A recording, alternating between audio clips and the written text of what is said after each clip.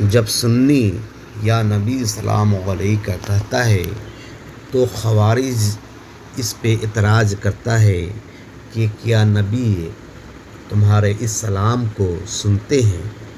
اور جب وہی خوارج اپنے باپ دادوں کی قبور پہ جاتا ہے اور کہتا ہے السلام علیکم یا اہل القبور، اور یہیں تک نہیں بلکہ کہتا ہے کہ تم ہم سے پہلے آ گئے، انشاءاللہ میں جلد تمہارے پاس آنے والا ہوں، تو کیا تمہارے باپ دادوں نے تیری اس سلام کو اور کلام کو سنا؟